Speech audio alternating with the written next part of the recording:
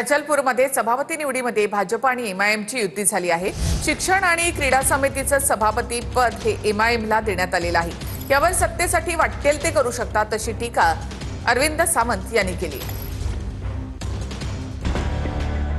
अमरावती जिल्ह्यातल्या अचलपूर नगर परिषदेत भाजप आणि एमआयएमची युती झाली आहे। सभापती निवडीवेळी एमआयएमचे 3, अजित पवारांच्या राष्ट्रवादीचे 2 आणि 3 अपक्ष नगरसेवकांचा गट भाजपसोबत गेला।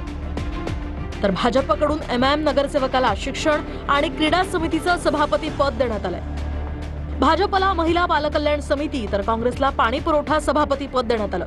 शिवाय प्रहारला बांधकाम सभापती पद मिळालंय, तर राष्ट्रवादी काँग्रेसला आरोग्य सभापती पद देण्यात आलंय आणि एका अपक्षाला नियोजन सभापती पद देण्यात आलंय। इथे एमआयएमचा गटच नसल्यामुळे युतीचा प्रश्नच उद्भवत नाही, हा चुकीचा नॅरेटिव्ह जो फैलवण्यात आलेला आहे त्याचं मी खंडन करतो आणि भारतीय जनता पार्टी कधीच एमआईएमशी युति करू शकणार नहीं, ते शक्य नहीं। एमआईएम ने बीजेपी को समर्थन नहीं दिया है। कांग्रेस और कांग्रेस की सहयोगी पार्टियां एमआईएम को बदनाम कर रही है कि एमआईएम ने कांग्रेस बीजेपी के साथ गठबंधन किया। ये बात 100% गलत है। एमआईएम का कहीं भी बीजेपी के साथ में गठबंधन नहीं हुआ है।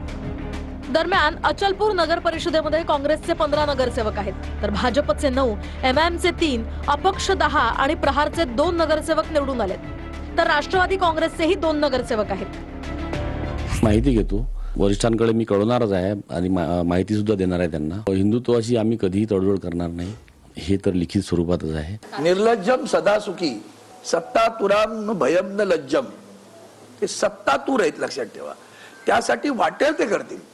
साम दाम दंड भेद हे सगळी अगदी छोटे वाक्प्रचार झाले। सत्ता तुराम न भयम न लज्जम असं कोण असेल तर भारतीय जनता पार्टी।